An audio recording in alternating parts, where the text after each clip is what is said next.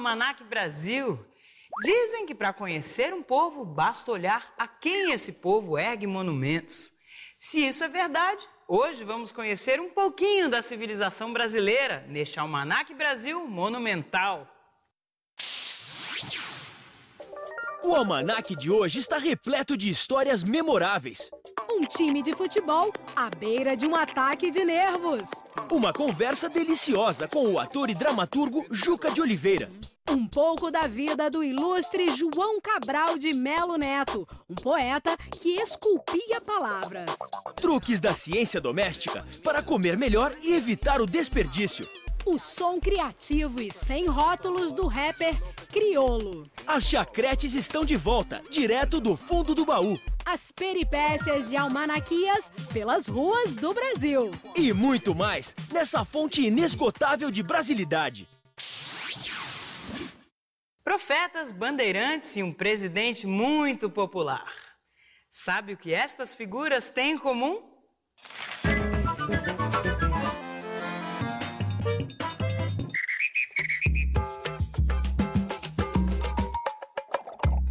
Quem visita a cidade de Congonhas do Campo, em Minas Gerais, recebe o convite de 12 figuras para adentrar o Santuário do Bom Jesus de Matozinhos.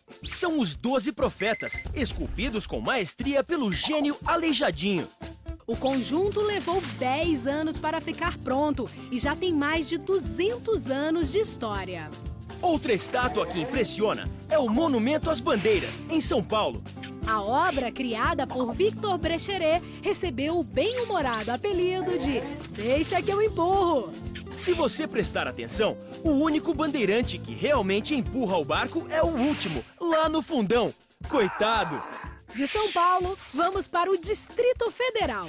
A inauguração do Memorial JK em Brasília foi recheada de polêmica. Oficiais do Comando Militar do Planalto diziam que a estrutura criada por Oscar Niemeyer lembrava muito a foice e o martelo do comunismo. Mas o presidente João Figueiredo não quis saber. Sobe a estátua, ordenou. E ela está lá até hoje. Tarimba, talento e experiência não faltam ao convidado de hoje no Papo Cabeça. Seja no teatro, na televisão ou no cinema, Juca de Oliveira encanta as plateias há décadas. E com certeza tem muitas histórias para contar.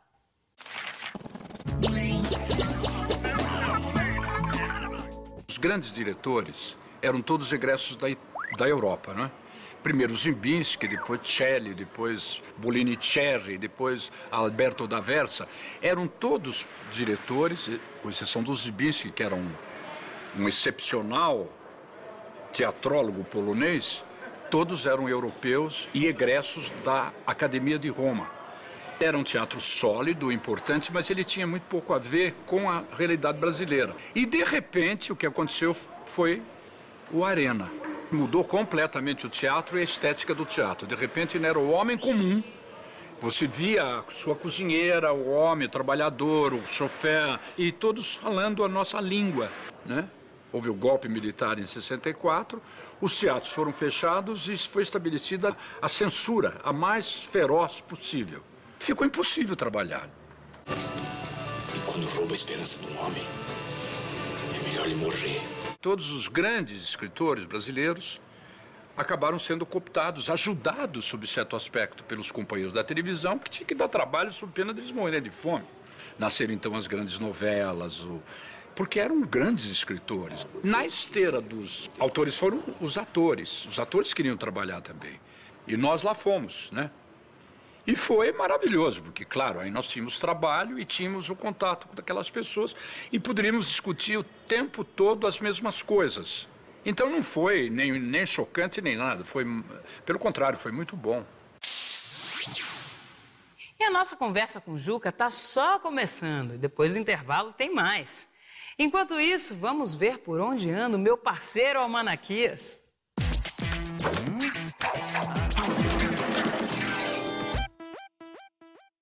Agora é a hora da charadinha. O que é o que é? Nasce no rio, cresce no rio, mas vive na praia. Hã? É o que? O peixe? Água? Não. Caramujo. É a tartaruga. Surfista. Quem mora no Rio, velho. Quem mora no Rio é? Carioca. Isso aí, meu irmão! São os cariocas que nascem no Rio, crescem no Rio e vivem lá tomando banho de mar nas lindas praias da cidade maravilhosa. Sabe qual é?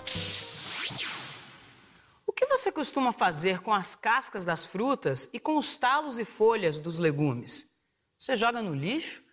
Pois saiba que muitas vezes você está jogando fora a parte mais nutritiva do alimento e que pode ficar muito mais saborosa também, como a gente vai ver no Ciência Doméstica.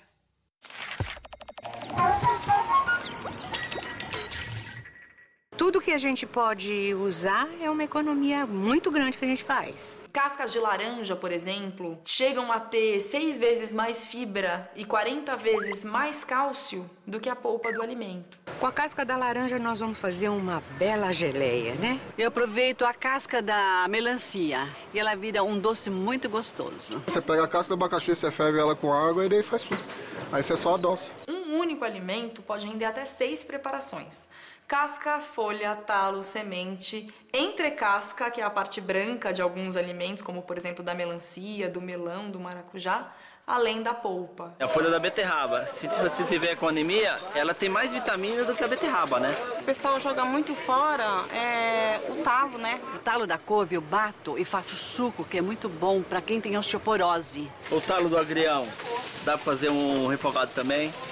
Fica aqui nem vagem, muito gostoso. Se a pessoa pensar um pouquinho, tudo dá para aproveitar, até a casca da banana. A casca da banana também pode render bolos, pode render picadinhos, pode render farofa. Então você faz uma farofa com farinha de rosca. É um prato a mais que vai ter na mesa, né?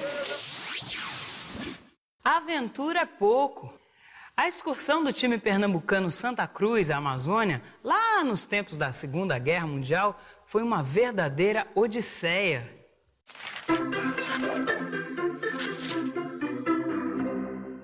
Em 1943, o clube pernambucano Santa Cruz topou jogar uns amistosos na Amazônia para levantar algum trocado. Porém, em plena Segunda Guerra, navios alemães pipocavam no litoral brasileiro. A embarcação da equipe teve que ser escoltada às escuras pela Marinha até Belém. Depois de jogar na capital paraense, a equipe seguia para Manaus num barco que levava alimentos, quando foram atacados por indígenas famintos. Ao deixar Manaus, mais problemas. Alguns boleiros tiveram infecções estomacais. Com febre tifoide, King e Papeira não resistiram. Começava a dura volta para casa. Com pouco dinheiro, tiveram que dividir a terceira classe de um navio com um grupo de homicidas deportados para o Maranhão. Em São Luís, mais um joguinho para melhorar a verba. Com o time desfalcado, tinha até cozinheiro em campo. De lá, tiveram que apelar para uma carona num trem de carga para o Piauí, que sofreu 2 descarrilamentos. Detalhe, em Teresina, um dos jogadores foi esfaqueado. Enfim, rastejando como uma cobra coral, o Santa Cruz chegou de ônibus a Pernambuco, pondo fim a essa verdadeira saga amazônica. Sem se prender a qualquer estilo, o rapper crioulo se apropria de ritmos tão diversos que formam uma mistura única. Vamos escutar seus cantos.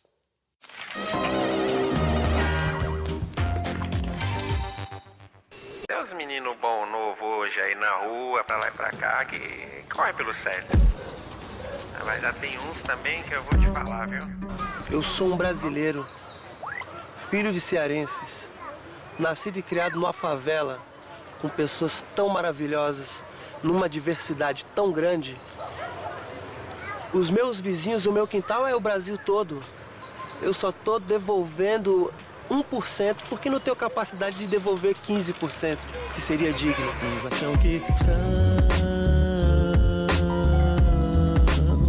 mas nunca vão ser. O primeiro versinho que fiz, eu tinha de 11 para 12 anos de idade, porque vi um colega fazendo. Eu não sabia que nome isso tinha, né? E depois eu reparei que em vários lugares existiam esses versos e esses encontros de palavras. E aí descobri que tinha uma coisa que se chamava rap e isso E esse encontro mudou totalmente minha vida. Depois de 18 anos já de escrita e de aprender tantas coisas, né, com nossos mestres do rap nacional e do hip hop num todo, eu falei, pô, será que eu tô preparado? Tem esse lance também. Não quer dizer que o que você escreve seja audível e faça diferença a sua construção de texto, né? Mas aconteceu.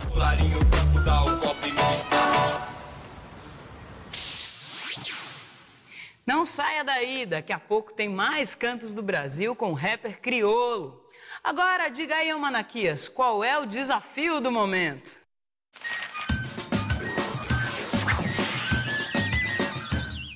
Um desafio monumental para quem gosta de história. Nosso país foi colônia do Reino de Portugal por longos 322 anos. Neste período, os portugueses inauguraram diversos monumentos por estas terras. Mas você sabe qual foi o primeiro? Não lembro. O Borba Gato. Ai, não é o Museu do Ipiranga? Não sei. Tá difícil. Em breve voltaremos com a resposta. Pode guardar o controle remoto, viu? Relembrando a nossa pergunta do Brasiliômetro. Qual foi o primeiro monumento inaugurado no Brasil? Lembro da história, né, do pau-brasil, mas monumento mesmo eu não lembro. Fizeram uma cruz quando rezaram a primeira missa. Ok, vamos às alternativas. A. Padrão de Cananéia, em São Paulo.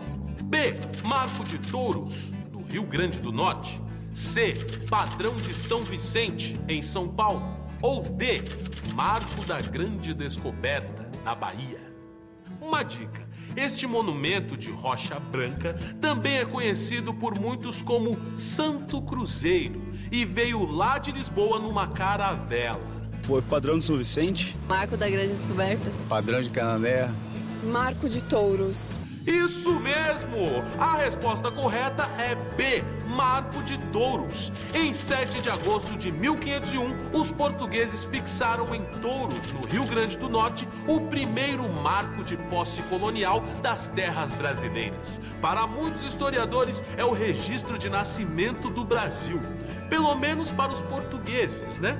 Porque os índios já estavam por aqui há muito tempo.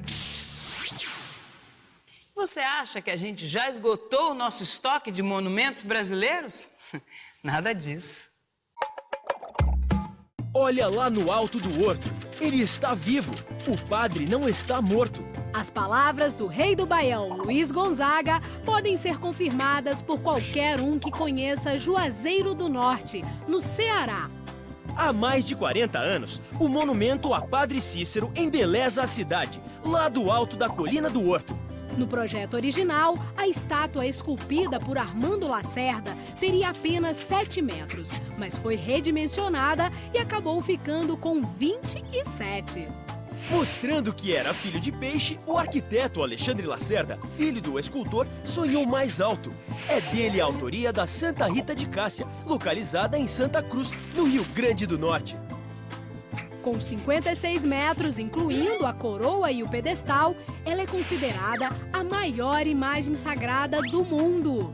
Para fechar essa matéria, é claro que não poderíamos esquecer do nosso querido Cristo Redentor no Rio de Janeiro.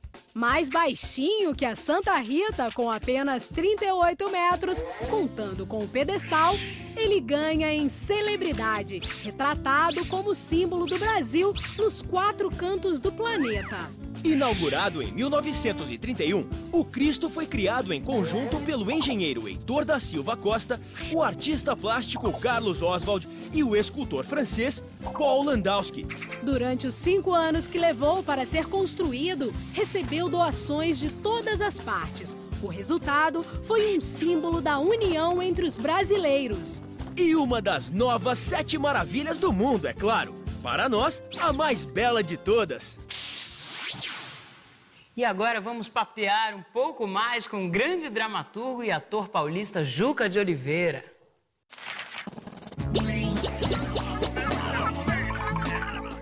Começou um novo momento, que de certa forma eu devo à televisão por isso, é que eu comecei a escrever as minhas peças. Baixa Sociedade, que foi a primeira, depois Motel Paradiso, depois Caixa 2, depois Menomale. Eu acho que o escritor, ele escreve por coisas que mexem com ele.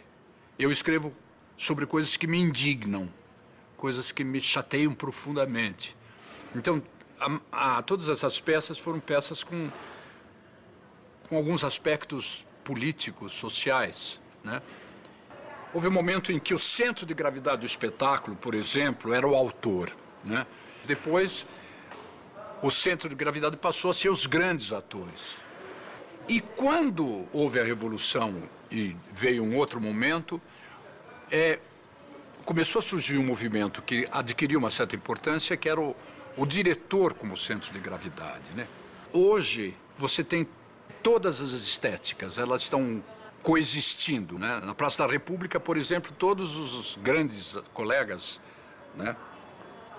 Eles fazem um teatro de arena, fazem teatro de arena no Rio, fazem o grande espetáculo também. Hoje tem até os grandes musicais americanos.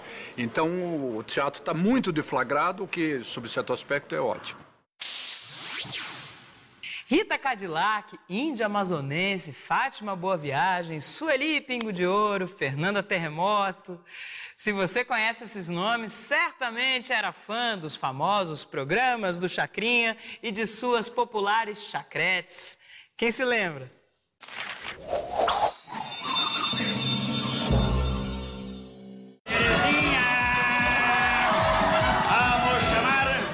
O Chacrinha era eles eram um show, né? Um showman. Mas a chacrete ali eu acho que era a primeira para chamar o público masculino para participar do programa. A criançada ficava na sala, que a gente era meio criança assim ainda, né? E imitava elas dançando, né? Quem falar que não tá mentindo, que ficava imitando as chacretes, dançando, tentando dançar igual. Tinha hora que fazia assim, olha, Chacrinha é assim! Balançava. Todos assistiam as chacretes, né? Principalmente porque eram mulheres bonitas, né? Eu lembro que minha mãe não queria que meu pai assistisse o programa de jeito maneira. O Chacrinha controlava bem ela, né? Não deixava namorar. Rita Cadillac, só. Mais nenhuma. De repente é porque era mais badalada naquele momento, né? Todos falavam, chamavam a Rita Cadillac. Me lembra muito, né, uma fase da minha vida, né? Que era muito gostoso, era divertido, né?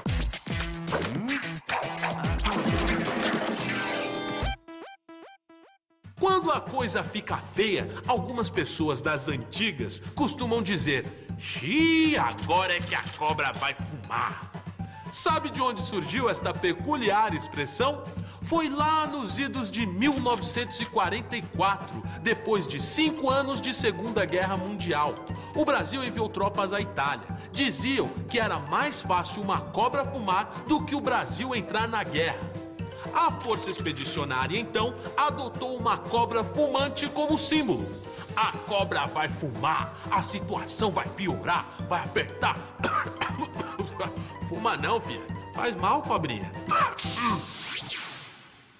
Qual a criança que não gosta de construir castelinhos de areia? Mas para os escultores que praticam essa arte, o castelinho é apenas uma de milhões de possibilidades.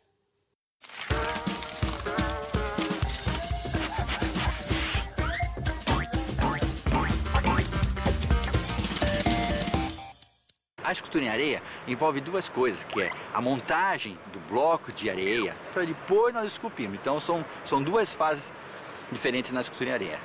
Eu vou precisar da areia e vou precisar de água, espátula, um pincel, um pedacinho de régua, se for dependendo de fazer alguma figura geométrica que tem um alinhamento. São pequenas ferramentas que são adaptáveis. Eu preciso juntar essa areia, estou colocando toda essa areia aqui e ao mesmo tempo agora com um balde de água, nós vamos pegando essa água agora aqui e vamos molhando e batendo, a ponto desse bloco ficar duro. Esse tipo de bloco são usados para a gente fazer esculturas realmente horizontais. Então são aquelas esculturas baixinhas, são animaizinhos, tartarugas, são esculturas que não precisam levantar blocos. A outra forma de a gente montar um bloco de escultura em areia, agora no sentido vertical, é a gente usando essas formas. Isso aqui é uma chapa de PVC. Montou, areia, água, socando. Pronto, montamos tudo isso aqui. Tirei essa forma, o bloco ficou em pé. Legal, hein? Às vezes acontece de não ficar. As mãos agora são as ferramentas principais. Eu tenho que unir, não posso deixar essas fissuras aparecendo, a ponto de ser uma massa só. Nenhuma escultura vai ficar em pé, nenhuma vai dar certo se tiver uma rachadura. Agora, para esculpir esculpir a torre, o telhadinho, esculpir a janelinha. Faça um desenho onde ficaria a janelinha. Qualquer coisa que dê para vocês seguirem um caminho de como eu fazer aquela esculturazinha. Pronto, vai sair perfeito, vai sair do jeito que vocês querem. Segundo o poeta Décio Pinhatari, o nosso ilustre brasileiro de hoje tinha dois lados. Um popular, chamado João Cabral, e um aristocrático, Melo Neto. Juntando suas duas faces, ele criou uma obra ímpar, que até hoje nos enche de inspiração e orgulho.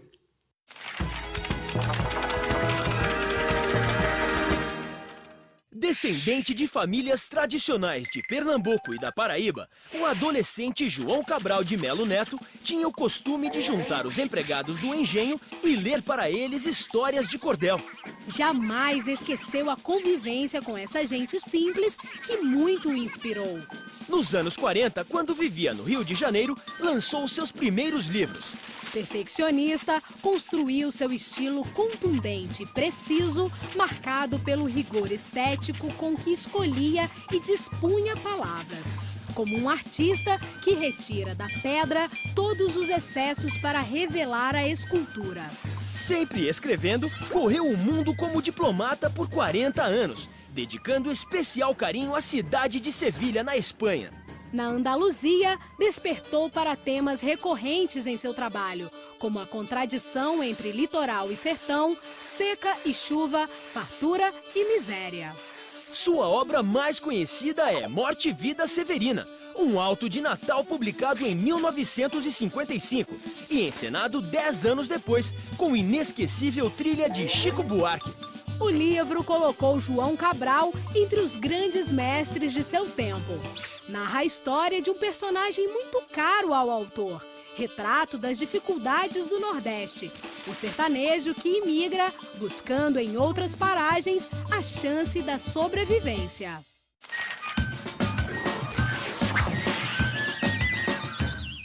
Você sabe quem é esse da foto? Vamos ver se o pessoal aqui da rua é bom fisionomista. De quem são os olhos ali naquela foto? Chacrinha. Juca Chaves? É cantor, compositor, teatrólogo e faz as pessoas rirem. Arnaldo Antunes.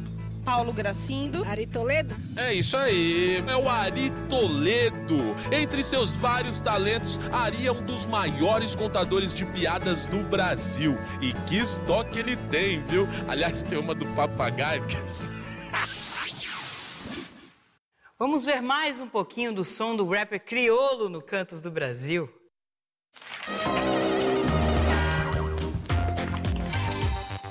Mas o nó da tua orelha ainda dói em mim. O disco Nó na Orelha é um disco de música